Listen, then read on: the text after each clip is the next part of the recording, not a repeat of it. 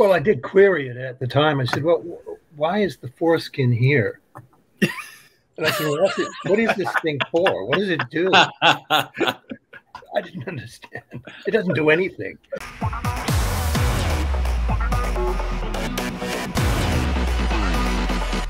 Welcome, friends and fans, to another edition of GalaxyCon Live, where we are bringing the convention experience directly to you.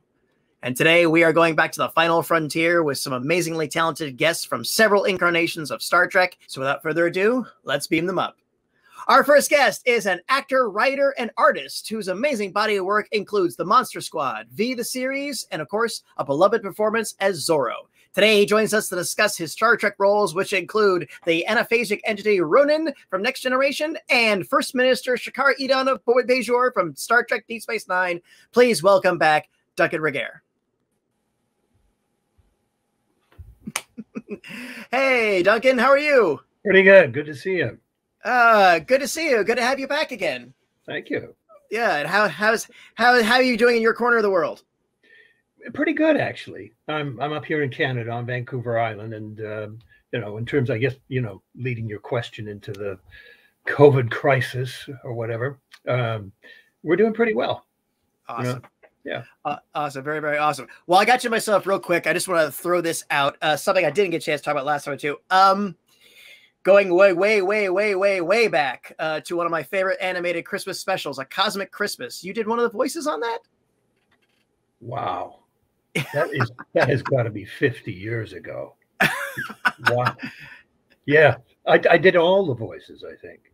All the aliens. Yeah, there are 3 aliens that supposed to represent sort of the. I think I did. Yeah, I think I did different voices for, as I recall. I mean, it's, you know, it's a long time ago. Yeah, I know, but it's still out there. It's a wonderful bit of the Nelvana series, right? And I showed people around the holidays, and everybody's like, "This sounded charming. Why have I never heard of it?" I don't know, but it deserves more recognition. Wow. Well, again, thank you for that, and thank you for your, as always, your total body work. And thank you. It's a pleasure. It's absolutely a pleasure to have you back here. So, and speaking of pleasures, he is an actor whose body of work includes Suits, Cagney and Lacey, and also from the Monster Squad. Today, he joins us to discuss the role of Over General Krim of the Bajoran Militia from Star Trek Deep Space Nine. Please welcome back Stephen Macht. Hi. Hey, Stephen, how are you, boss? I'm really good. Really good. Glad to have you back. Everything's good in your corner of the world? Absolutely. I'm in LA, and you know, things are spiking, but at my age, I'm hunkering down, and I'm fine. I'm safe, and it's fine. Fine is the new awesome in this crazy world. Yep. Absolutely. Well, Stephen, so glad to have you back once again, and it's a pleasure to see you in good health and good spirit. Thank you. And next, he's an actor whose credits include Carnival, Jack Frost, and Jarhead. Today, he joins us to discuss his many Star Trek roles, some of which include Tosk from Star Trek Deep Space Nine, and of course, Commander Dolam on Star Trek Enterprise. Please welcome Scott MacDonald. Hello. Hey, Scott, how are you? I'm very good. Thank you. Happy to be here. Oh, so glad to have you here as well.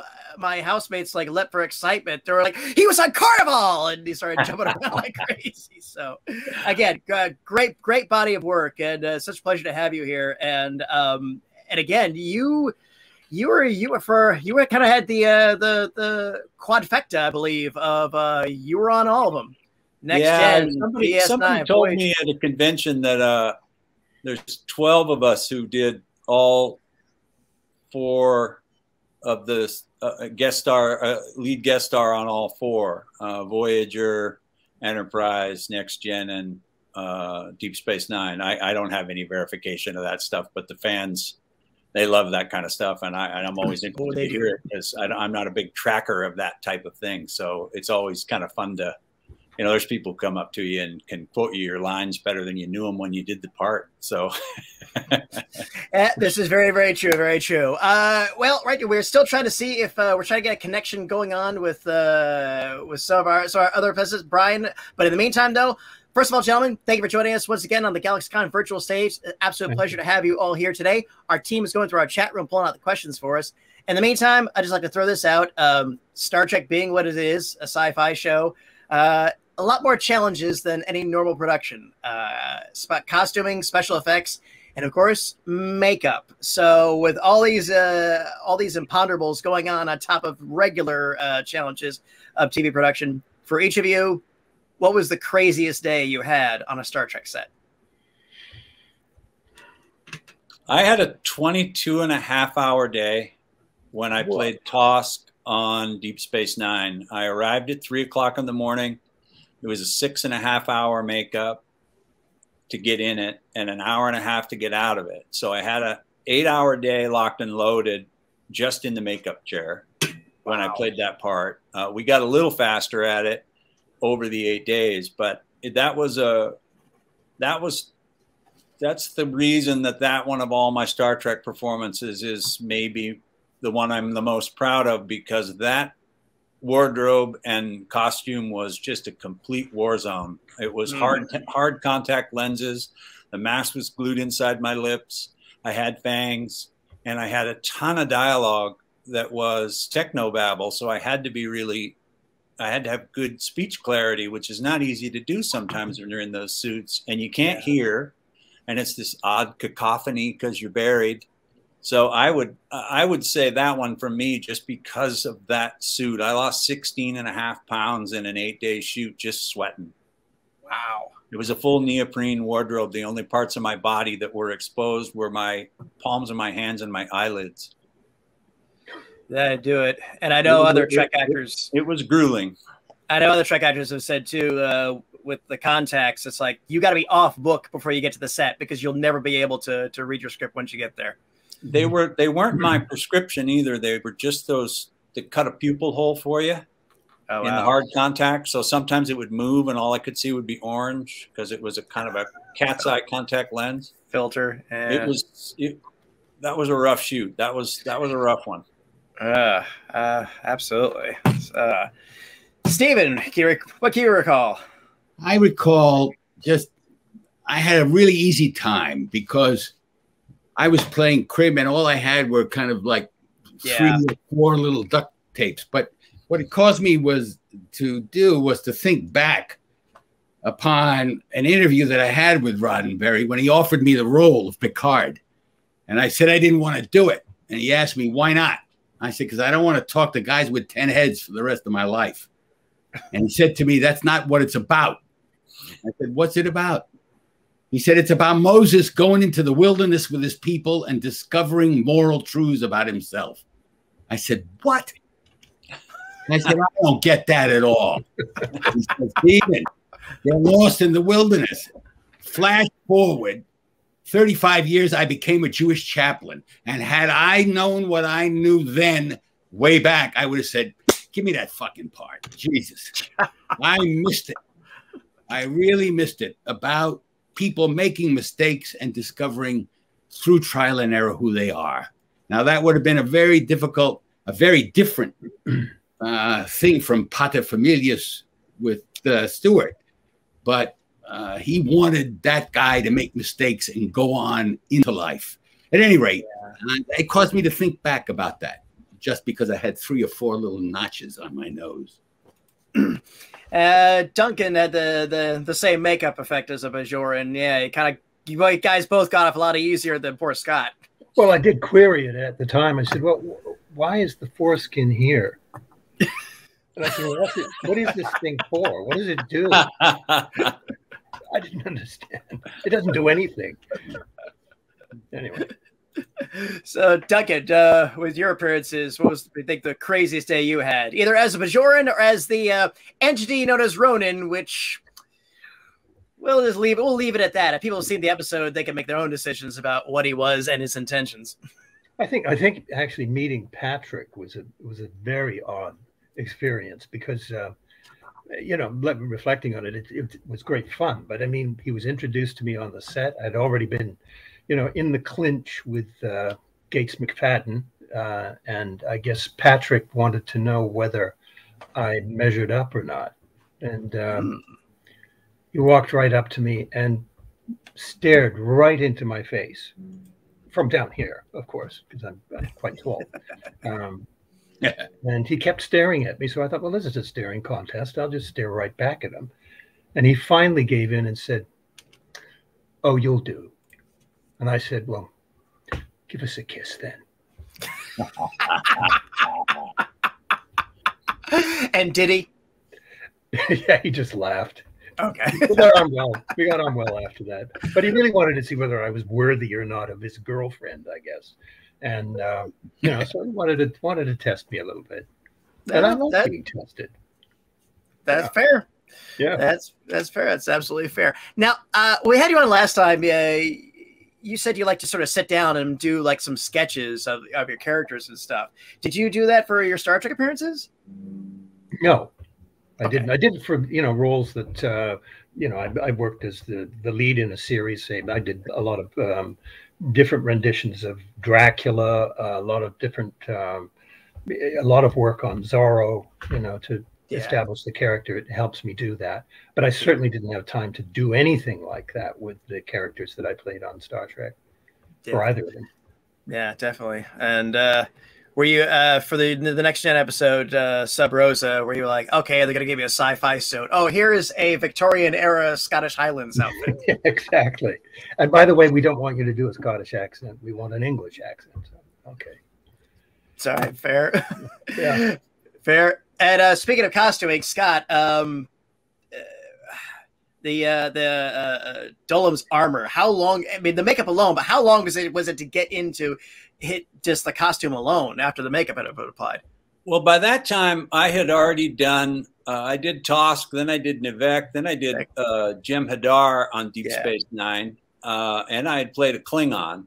Mm-hmm. So I had a little creative control because they knew he was going to be in a lot of episodes, Dolem. That was the first thing they said to me when they spoke to me about playing him, is they said, this is another load of makeup. I was like the Lord of Latex there for a while. But that actually looks quite a bit heavier than it really is. And I did the same thing that I did when I played the Jem Hadar. I just told them, look, I got to be able to get some of the heat out while we're shooting. And so they made my Jem Hadar jacket so that I could get in and out of it in between shots, because you can't get the mask off, obviously. But to be able to get body heat out was really important, because I think I was kind of dangerously close during toss to being, you know, in trouble a couple times, just dehydration wise. But the Dolem wasn't bad. We called it the bird cage. That sort of metallic look to it. It looked like the cage that they keep the bird in on Warner Brothers. But it was made out of a really light material, and we had to be super careful. I had to be really careful walking on the set, because if I bumped into anything, it would bend a little, and then they would have to come and straighten it all out. So even though he looked like this battering ram, which I loved because that's kind of the way I wanted to play him, it was actually really light, and you could pull that off, and then I could take that kind of choir robe off and let some of that heat out while I was playing him. And that was really helpful, because I don't remember. I think I did 9 or 10 episodes as that guy. Oh, very nice. So you were able to get the heat out, and let's bring in our final guest. He is an actor, writer, and director whose credits include The X-Files, Buffy the Vampire Slayer, and the highly undervalued series Key West. Today, he joins us to discuss several Star Trek roles, including Lieutenant Klag on Next Generation and Admiral Valor at Enterprise. Please welcome back Brian Thompson. He's back. What did you guys see before when I saw you guys clear, and you were very clear, but all I heard we were just asking if you could hear us. Yeah, I could hear you guys. I just heard digibits. Ah, crazy. Brian, how are you? I'm great, and I just want to reiterate what you said about Key West being a highly underrated, sort of never really rose to the heights, to the potential that it had. That was, I have a soft spot for that series like no other series. Indeed, indeed. And you and that whole cast, again, you're right. It was undervalued, but we're always, we know this business works. We're glad for what we get. Yes. You're adjusting your camera. Everything else. Well, Brian, thanks so much for joining us. And I'll tell you what, you're just right in time. We are good to go on our audience questions. So I say let's go ahead and just jump right on in. And let's go ahead and roll our first one. And this is going to come from Rosalind, who wants to know, are there any classic villains that have influenced your approach to your characters when you do play villains? I will say that when I played Garanagar on Deep Space Nine, I was a Jem'Hadar, and when I was in high school, we used to do an impersonation of Kang from the Star Trek, the original series. Yeah. And I knew I was going to be buried in all that latex, so I did that voice. The great Michael Ansara. It was Michael Ansara, who incidentally I met about 2 years after I shot that episode. I saw him over by the Screen Actors Guild Hospital. My wife happened to know his wife through yoga or something like that. And I sat with him and I told him that story, and he took notes and wrote it down and said, I'm going to watch that episode. I want to see it. I think that's really funny. He was a really, really, really nice guy. I was thrilled to meet him. And one more caveat, when I played the Klingon, when I went to wardrobe, they gave me my coat that you zip up and put on. And inside that coat, it said Ansara. So I got Michael Ansara's Klingon coat when so I have this interesting feeling about him and a connection to him that's, I don't know, serendipitous and kind of silly and great as an actor. That's wonderful. Thank you for sharing that. That's really cool. So, you know, all the bad guys that I've played, what I look for is the truth of why that bad guy does what he does.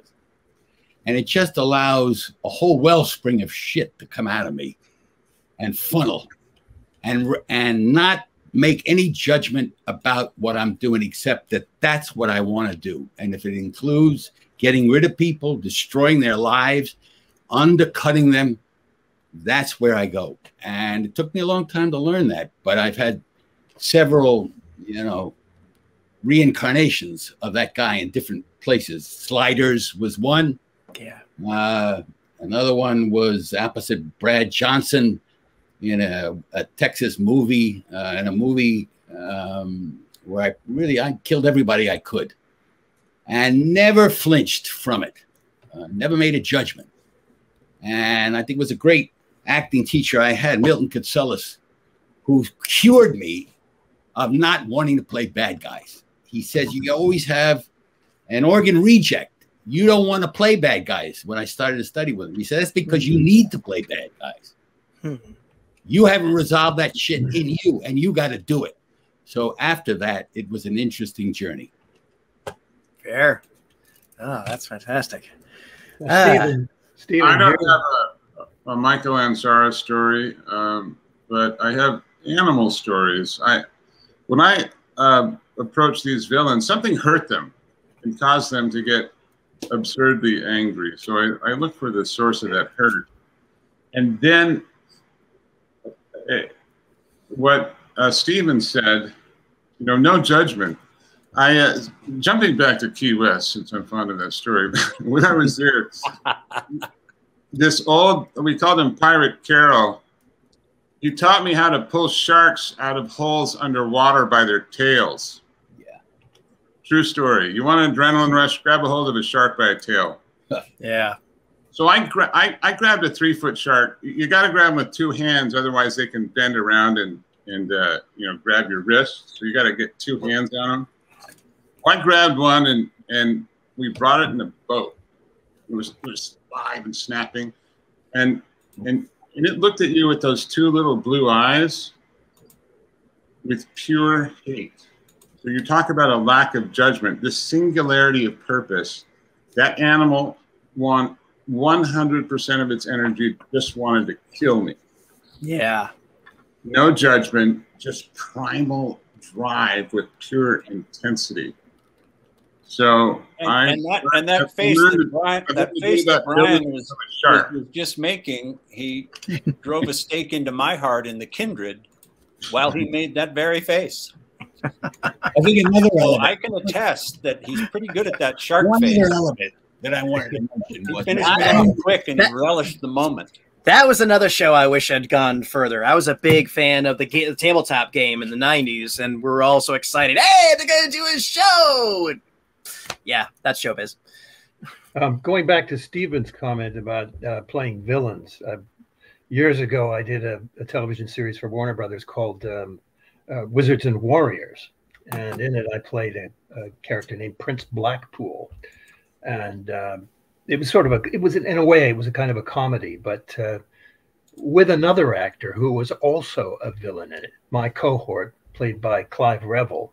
Yes. We came up with a bumper sticker, which became very popular around the studio. Villains have more fun, because they really do.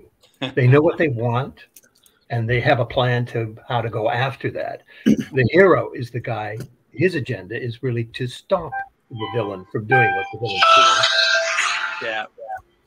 There's one other element I wanted to mention. The villain allows, especially in most of the melodramas that are on TV series, the villain allows a sort of sense of humor that you can bring to the pursuit of whatever it is you want. He's free. He's like the inside of a wave. You know, he's just in the wave, and he's single-mindedly. So it opens up a whole avenue of having fun doing what he's doing. And that sense of humor makes the character, I think, that much more real. Sure. And that is exactly what I looked for in playing Dracula in Monster Squad with you, was to find the humor in the character. You know, he's killing people all over the place. He's a total sociopath and without conscience about anything, but he does have this sort of camp reflection on everything, which makes it fun. Indeed. Duncan, real quick, Bases and Monsters. Was it scripted that your character would just say hi, or was that something that you came up with on the set? It was something I came up with on the set. Okay. Cool. Yeah. Yeah, because it was like, I am Lord, you just come up, pause, hi. Yeah. I loved it. That was one of my favorite parts. And Rosalind, thank you. Very fun question. Good one to start us off with. What do we have next? Hey, from Lisa, aka #1 Trek fan. She comes to all of our events. What would you be doing now if acting had not panned out for each of you? I can jump in really quickly with I got a I always had a fallback plan. I was in an MFA program, and I would have loved to have been in a theater department as a professor. I was a professor for 25 years. Really? Oh, yeah. I started at Queens College. I hold a PhD in dramatic literature and taught 5 years at Queens College, 2 years at Smith out here in the program. But more than that, I also got ordained as a Jewish chaplain. And had I not done it so late in life, I would have gone on to become a rabbi. And I'm still doing bar mitzvahs, weddings, and funerals. And I think it's even more satisfying than my work as an actor. Fair. And I'd still be doing what I do, which is as a painter and a sculptor. So, that's my primary focus for the last 10 years. Yeah. I actually was, I was at Washington State University. I started out, I was going to be a DJ. I was just going to try to go into broadcasting. I have a BA from the Edward R. Murrow School of Journalism at Washington State University. So that was kind of the track I was on when I got interested in doing plays. There was just a professor at Washington State who I just did, I don't know. My brother said, take acting 160. It's an easy A. And I did. And a professor came to me and said, not for nothing, you're pretty good at this. You have good instincts. I'm not telling you to become a professional actor. I'm just telling you, come on down here and do some shows. You'll have a good time. So I'd like to get my hands on that guy. I understand that. Well, on the other side of the coin, Scott, my college professor said, don't do it. Oh, there you go. Well, you were playing football at Central? Yeah, it was the professors at Central that were quite negative. Oh, wow. Yeah, Wazoo, Scott. I hadn't remembered that. Yeah. Talked about that. I'm a kook. Died in the wool. Died in the wool. Yeah. When I got my equity card, my backup plan was to be a Q&A host. Yeah, never mind. Lisa, thank you. Great question. What do we have next? From Andre, before playing a villain on the show, were any of you a fan or even familiar with Star Trek? Oh, yeah. Yeah. Absolutely. Sure. Big fan.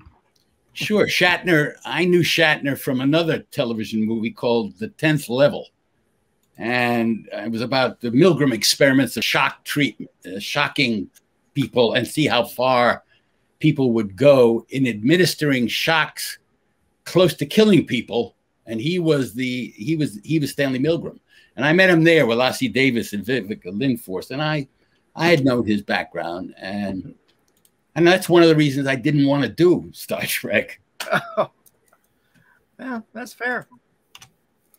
No, that is. Yeah, it was reruns in the afternoon after school, and there's actually somewhere, hopefully buried forever, videos that we made when I was in high school of us doing Star Trek.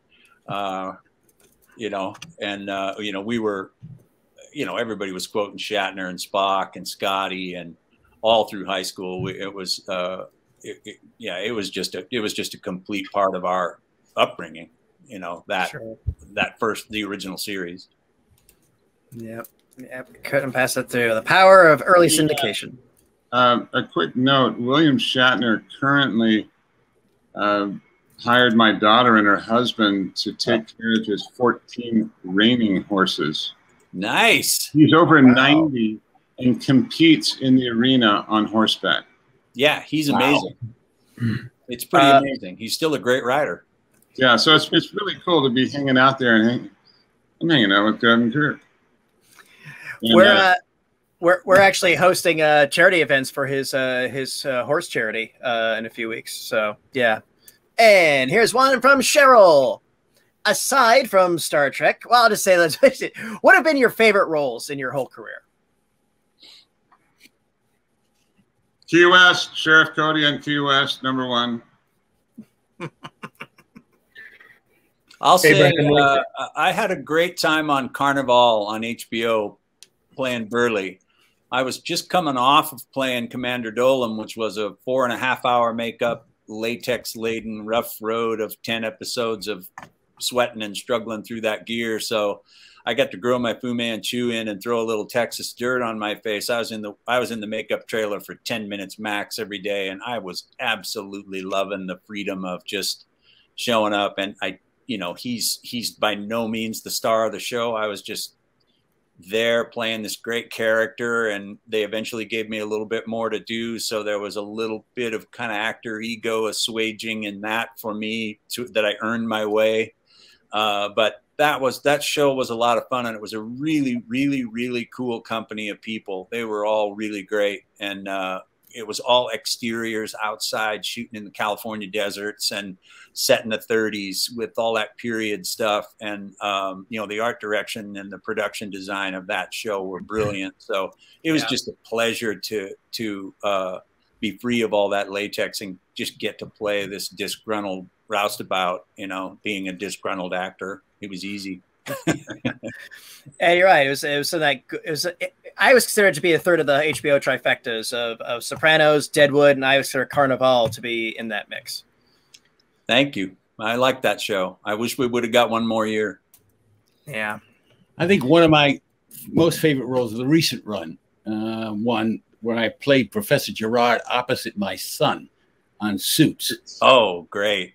And the reason is Gabriel came to me and he said, "Listen, Dad, I played with a lot of really good actors. And you are the best when you don't bullshit. Just look at me, no makeup, don't smile, don't try to be liked, just tell me the truth. And I will be the judge of when to say cut, print." The director, I've told him I know the best about my father, and I'll get it out of him. Well, he did that. And I feel, my God, to be taken care of by another actor like that was sort of a sublime experience that I ever had in movies and television. There are very few giving people who really look at you and really, either through what they do or what they say, elicit the best out of you. And I think my son did that. That's fun. Right on. Beautiful. That's great. So, Duncan, favorite role to date? I think, well, there's a few, but you know, certainly from the theater, playing Abraham Lincoln in Stephen Vincent Bonet's long epic. I love doing it, and I mean, for film, Dracula, for sure, and you know, Zorro in the series was fantastic as well. But also, Errol Flynn in My Wicked Wicked Ways was a wonderful role to play. Very, very exciting, very, very bigger than life, and I enjoyed it very much. The first time I sat with Denise Crosby from Next Generation, I mentioned that, and she was like, "Are you old enough to have seen that?" I was like, "Yes, I am." Yes, I am, and yes, it was great. It was a great performance all around. Oh, thanks. So absolutely so. And Cheryl, thank you. Great question. What do we have next? From Kevin, if you could travel anywhere in space, where would you travel? Now, space also includes anywhere on Earth, so if that helps. I'm going to say somewhere in outer space where I know that I could live, where they had food and oxygen when we get there. And I'd love to, you know, I'd love to be close enough to the Eagle Nebula that it filled your whole horizon. The pictures of that are remarkable. I would say I hope to travel when I pass from this world to that place where everything becomes nothing. To really see if I do ever get to that place. In my traditions, it's called Olam Haba. That place where everything is nothing. Fair. I would like it to be just a continuing journey, you know, with new experiences, and to just broaden as much as possible, as much as the mind can take in. You know, Aldous Huxley talked about the mind being a sieve, and it cuts out a lot of things. But I would like to go, you know, to keep going beyond that, beyond the beyond. Yeah. Do my own Star Trek. Exactly. Scott, bring us home.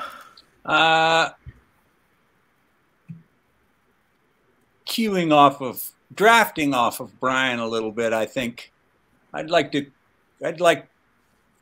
be somewhere, like he said, with spectacular vistas and the possibility of me being able to be fly fishing while I was hanging out there.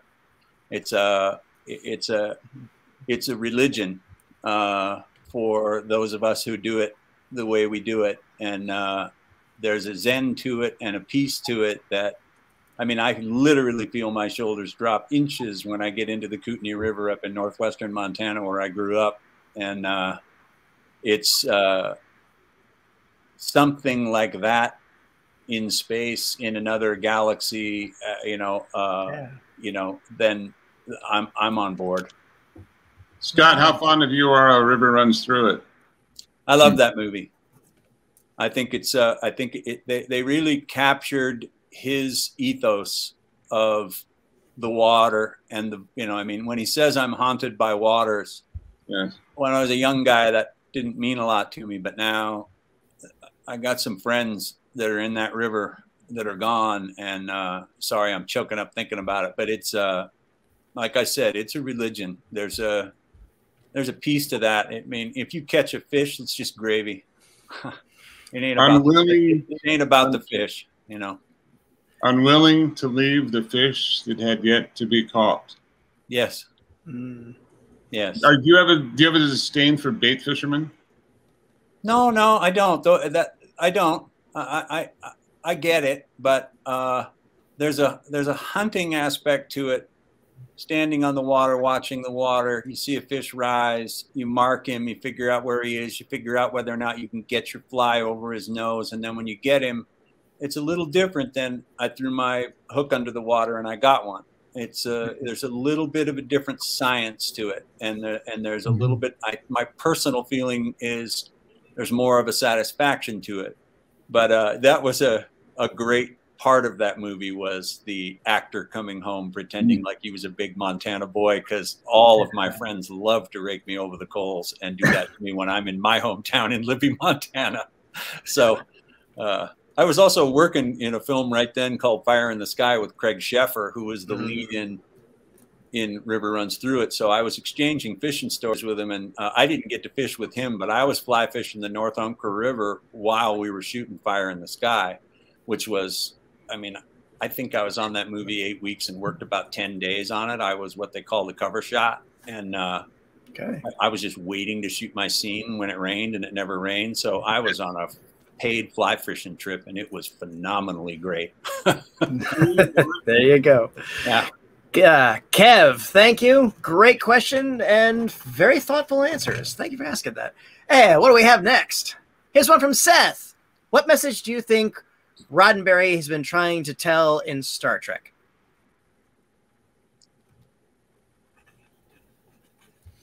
I touched on it before. Yeah, you did, yeah. And I would like to just, rephrase it. Life is a journey, and you don't deserve one, let's say not deserve. It's a journey where you discover where you stand.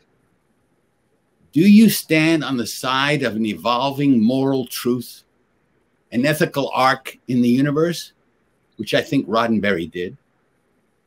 Or do you not? There are many people who don't. And I think Roddenberry was talking about that journey where we all make mistakes, and it takes great courage to admit those mistakes and discover that you are the cause in the matter. No blame to anybody else. Accept it and get on with it. That propels progress forward, both for the universe, for our people, and for yourself. Yeah, I agree. That's great. And also in my opinion, the brilliance of that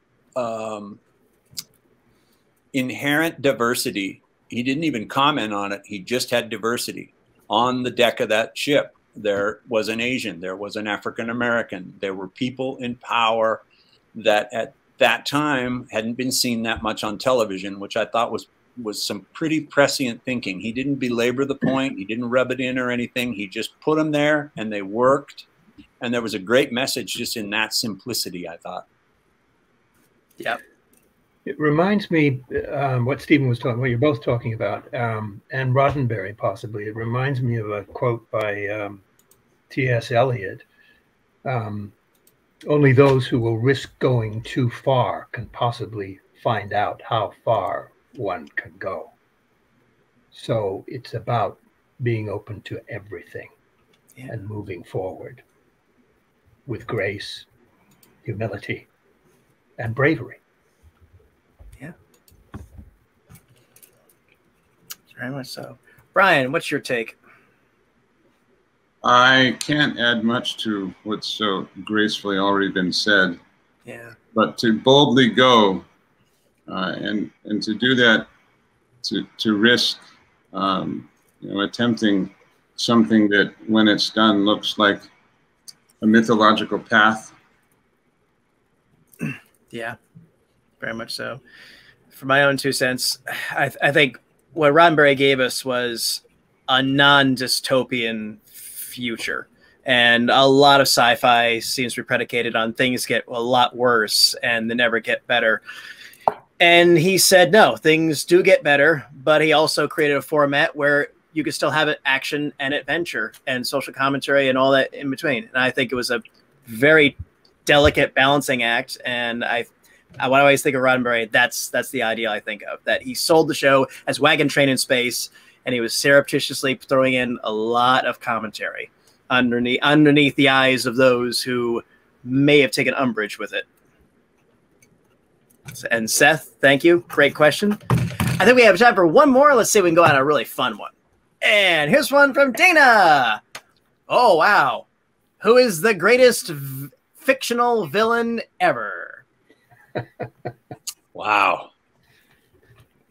I'm going to have to go. I'll take a stab at, Anthony Hopkins, Silence of the Lambs.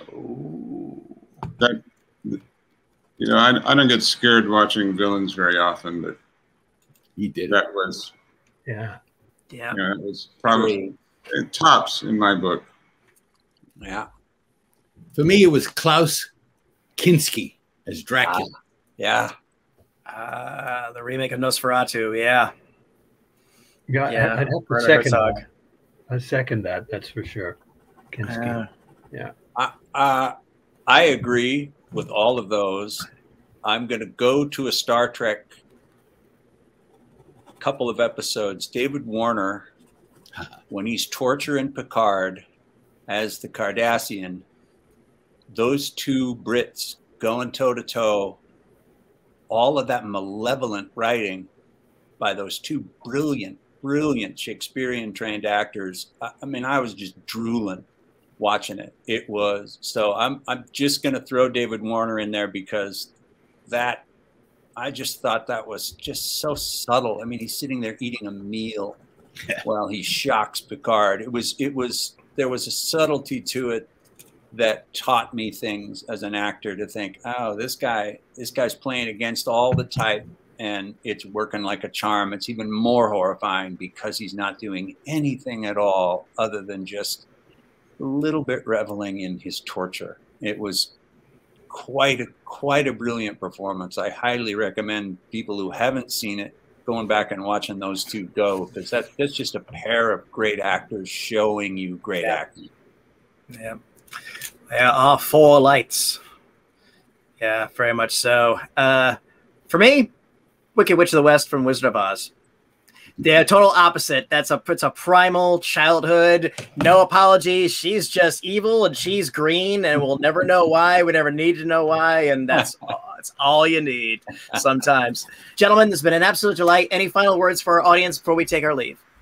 I want to say I love actors and I miss them because of Zoom auditions and we don't get to see each other. I only know Brian out of this group personally, but I want to tell you guys, this is nothing but a pleasure for me. I admire your work. I admire your intelligence. I admire your empathy, and I miss it. And I just want to say so out loud because it's a feeling that I feel. I mean, I'm sitting here, I'm excited. I feel like I joined the con so I could watch you guys. So thank you. There's a kiss for you. Hey, yeah. Thanks, Scott. Yeah. Good. Oh, gentlemen, it's been my absolute pleasure to host you all today. Once again, thank you all for joining us on the GalaxyCon virtual stage. Thank you to our audience for joining us, and thank you for those great questions. We hope to see you all again soon. Until then, bye-bye, everyone. Take care, and remember, smiles are free. Spend them often.